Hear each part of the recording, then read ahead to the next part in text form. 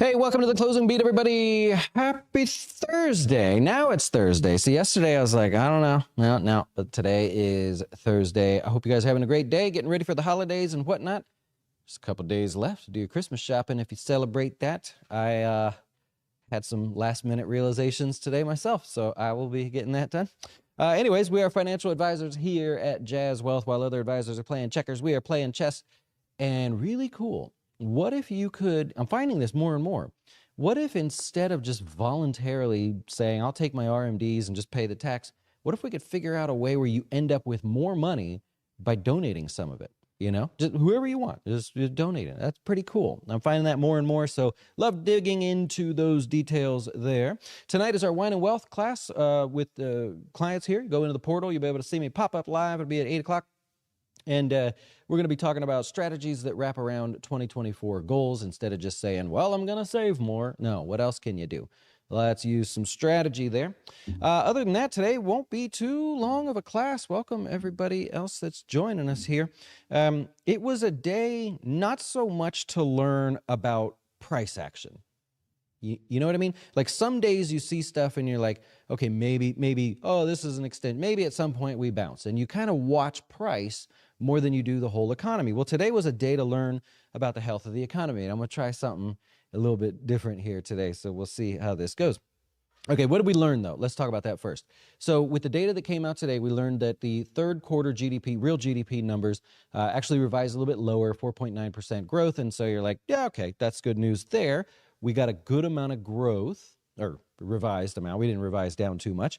There's a manufacturing survey that comes out by the Philly Fed, so the Philadelphia Federal Reserve.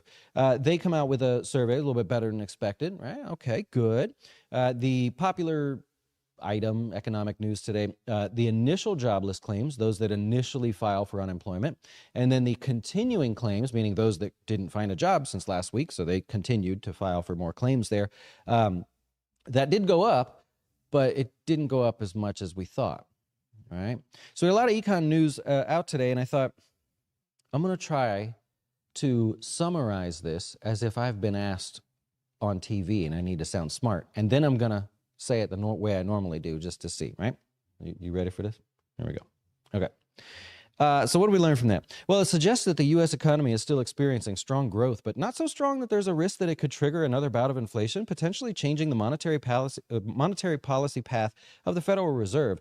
The combination of slowing inflation and solid growth plus a decline in real yield should provide a solid backdrop for equities in the new year.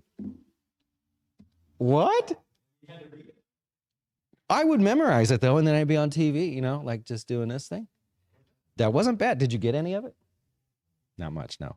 Now, basically what we learned is that the economy is plugging along just fine, but not so fine that the Fed is going to start changing their mind and saying, we're going to need to raise rates, meaning inflation is not in danger of going higher. That's what all of that meant. But if it was on TV, you know, I'd take a shot. All y'all would laugh at me. Like, there's Dustin's got his big moment on TV, and he's... So I won't do that. I'll be the normal average folk to just talk normally there. Anyways, let's look at the S&P here. So you can really take all those words. You can see it playing out today, right? So all that economic news was the focus, and you can see people making the assumption that, yes, the economy is growing good enough, but not so fast that inflation is going to go crazy again, which means the Fed would have to raise rates or at least talk about it, right? So we can really see that playing out. Every sector today was positive. Not by a lot. I mean, they were, like utilities was the worst performer there, but still a little 0.2% gain on the day. And that's the first sector, by the way, to pull back out of overbought territory, if you're curious, extra stats there, right? But remember, we talked about this yesterday. Where do you go when you've had a move to all-time or to highs, right? All-time highs. And then you have this day where we touch all-time highs and then just fall 1%, which is really not that big of a deal. It was kind of a big day, but it doesn't really look like much here. What do you do after that? What does the market tend to do? And we talked about it yesterday. Choppy. right? It tends to get choppy. And that's exactly what we're seeing today. There's an attempt to recover. Tomorrow will be probably pretty quiet depending on what happens, but you don't expect this to just blast off and go to highs. There are no earnings after hours or anything that suggests that that should happen. And so choppy. Right? A little bit higher, a little bit lower, a little bit higher, a little bit lower. That's probably what you end up seeing there. And I love being able to kind of point things out ahead of time and then have you see it happen. Builds credibility, you know what I mean? Because my language sure isn't going to do it. The NASDAQ did the same thing, and you expect the same thing, choppy. There's no reason to believe that you would have any sort of blast your face off rally tomorrow and you missed it, you know? I mean, there's no reason to believe that, I guess. Something magical could happen, but we're not at Disney World, so I doubt it. You got the Dow doing the same thing. Very extended sectors are pulling back. The number of stocks that are considered overbought in the Dow, in the S&P, in the NASDAQ, okay, those are starting to pull back too. It's a good sign, right? You just want to see that kind of continue there, so no problems with that.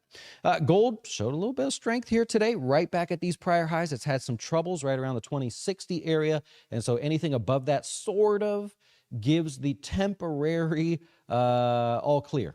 Right, so the gold bugs out there probably get pretty excited if that happens. That's their line in the sand where they're looking. Looking at bonds today, very quiet, choppy. Same thing, just a little reverse analysis there. Instead of looking at yields, we look at price. And yeah, choppy. You expect the chop to continue there. If you look at crude oil, there you go. A bit of a choppy day for them as well. If you follow along, I don't know if anybody's ever been there.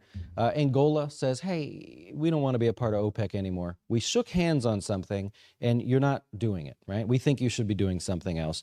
So they're out of it, but Angola is about, 1/28th of the daily oil output. Something like they put out 1 million barrels a day and everybody else puts out 28 million or something like that, the other participants. So not a big loss there, but it shows where Angola stands. They want less production and higher prices. Of course, that's what they do. So anyways, that's basically what's going on around there. Oh, volatility, if you happen to follow along. Naturally, volatility pulled back a little bit today, but still quite positive on the week. Let's do something fun. Since we had those home sales numbers come out yesterday, we can play my favorite game. Right? It's time to update one of my favorite charts because I don't know. It's just kind of a fun way to look at it. All right, so if you were to be a normal Joe, just an average person that wants to go buy a house, how many hours do you have to work in order to afford the monthly payment? And I'm using the median sort of used home price. We call it existing home sales, but we're using the median price here. And you're nobody famous, popular, or anything. Just got a normal job, right? Well, let's take a look at how this works. If you had put 20% down on your mortgage, you've got to work 76.5 hours in a month to make that payment. Pretty cool. If you only put 5% down, you have to work 90.8 hours, so over 2 weeks-ish, right? And so, okay, that's an interesting number. But if you look back now, you say, well, when was it this bad in the past? You got to go back a whole generation. In other words, the price of homes, interest rates, total costs, and what you make it work, you got to go all the way back a whole freaking generation into the 90s, early 90s, to find a point where you had to work more to afford your house. It's not good news. It's not nice when you look at it that way, right? But that's taking, instead of just saying the median house price is this and congratulations or whatever, no, you got to work, man. And so if we take this a little bit further, oh, maybe you want to buy a house. Yeah, you're going to do it. How many hours do you have to work in order to be able to save a 20% down payment? Well, it's at least a little better than it was, but it's 2,800 hours. So you go over here, just about 2,800 hours to do that. If you're only going to put 5% down, which is a new Fannie Mae thing apparently, you got 674 hours that you'd have to work in order to have extra money to put a 5% down payment down on the house, right? Yeah, it's not good news, right? Certainly not good news. Oh, by the way, if you look over, you go, oh my gosh, not quite a generation there, but that's some of the most work that you've had to do to buy a house. Not saying don't buy a house. I'm just saying it gives you an idea or a more fun way to look at prices there. Yikes. All right, let's take a look at some stocks in the news. I'll take questions if you have any, but I'm going to just dive right in. Boeing making some strides here. Lots of good news for them in terms of day-to-day forward, momentum that's no longer wrapped around the chaos that they've had there. They did deliver their first 737 Max, and they got the clearance to run those back up and everything. So from China, so all is good there. Hopefully, stays that way. You got AutoZone. They are a bit unique. Okay, it was up a little bit. $2 billion worth of a stock buyback. It's not a large buyback. Sounds like a lot, but it's about 3.7 to 4% of their total market cap. And so just another group throwing their hat in the ring saying, just buy back our shares. CarMax had earnings, and so overall with CarMax, you could probably see it if you drive by these places, but we have one that's on my way home, and there are lots of cars there. So sales down just a little. They beat on earnings. So as far as like fundamentally, their quarter was fine, but sales are slowing down. And a lot of analysts just came out with reports. This is the time of year where they say, like, how do we think the housing market's going to do? What do we think about cars? What do we think about the jobs market? All this stuff. And a lot of analysts just came out and said, we expect car sales to pick up. Well, CarMax is saying, well, that's not happening now. I mean, it's not horrible, but that's not happening now. Nonetheless, still had a decent day there because fundamentally they're doing good and they're competing with Carvana and stuff much better than they used to. Micron, this is your best performer in the S&P. Actually, it's up almost 9% on the day. Total sales up 16% compared to last year. That's good. Just in case you didn't know. So they beat expectations there. And if you look at the sort of analyst expectations, they were looking for a negative profit margin. That's one when I don't know how you do this, but if you have like their fundamentals on a spreadsheet or something, usually what an analyst will do is they'll go through and sort of color code. They write their own scripts for this, but they'll color code the areas where they're like, we're expecting some negativity here. And then when the real number comes in, it kind of focuses your eye. It's old school, but that's how most of these people still do it. What was cool is they said fundamentals are expected to improve in 2024 with record industry total addressable market projected for 2025. So that's the way you say it on TV. What they're saying is we should have full saturation in an otherwise, recovering and semiconductor and chip market, memory market that's turning around. And so 2024 will expand, we'll do fine, but 2025 we'll have full and complete saturation of all available sales. That's it. It's not so hard. Just say it that way, right? Okay. That's probably all the news you really care about here today. I'll take your questions if you have any questions there. Otherwise, we'll assume that everybody is on their way for the holidays to go do their thing. Any idea if Microsoft will split in the near future? No, I have no idea. Hours to work at what rate? Federal minimum wage? No, you actually so you can search this if you want. The non-supervisory / production employee earnings. That's the fancy way that they say it. All we're really saying is these are not C-suite people. These are not managers. These are your everyday bulk of the economy worker, which is how you would look at that. Yeah. Thank you for speaking normally. Yeah. I used to speak like that, believe it or not. I had all those words, man. Played the game, did my thing, and I'm like, yeah, the Texas in me just came out, man. Texas boy at heart. Just tell it to me straight, man. What's going on? Investing. Paul Haas, how you doing, man? Paul, what will you do differently next year? We got a little bit of cash still. Remember, if, or for clients here, you would notice that performance is great, and that's put no pressure on us to use some of that cash. So there are a lot of underlying areas for us where, as we see pullbacks, you go, okay, there's a lot more things pulling back, even if the market doesn't pull back as much. So hoping to use some cash.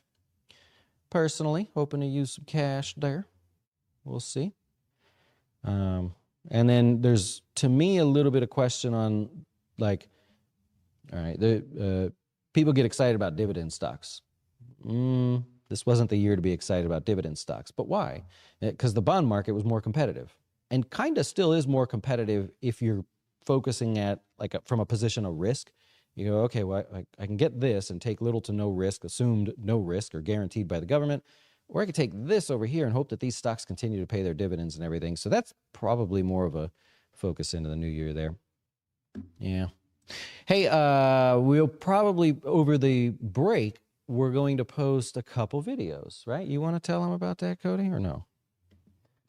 Yeah, I would love to tell them about it if you just remind me what you just said. We got a couple videos going up. We have great videos coming out. Yeah. So we got Saturday. Saturday's a good one. It's a Christmas wrapping competition. It actually went really well. I think it's a really good video. And then shortly after that, we have Dustin telling all his secrets, man. I mean, it's all his secrets. I don't know how else to explain it, but that's a really good video too. So over the weekend, we have 2 good videos going out. Just a little bit different, just something different to follow along with us here. Instead of being finance all the time, we're gonna have a Christmas wrapping competition. So who can wrap the best Christmas present the fastest? So we actually had a whole thing on that, filmed it. And then all my secrets, get to know me a little bit, right? Things you might not know, promise you don't know. There you go. I'll share some stuff with you on the Jazz After Dark. But for the rest of you, I will wish you a great holiday, long break. And we'll be here, of course, when everything gets back and going again. Appreciate all your support and enjoy the rest of your night.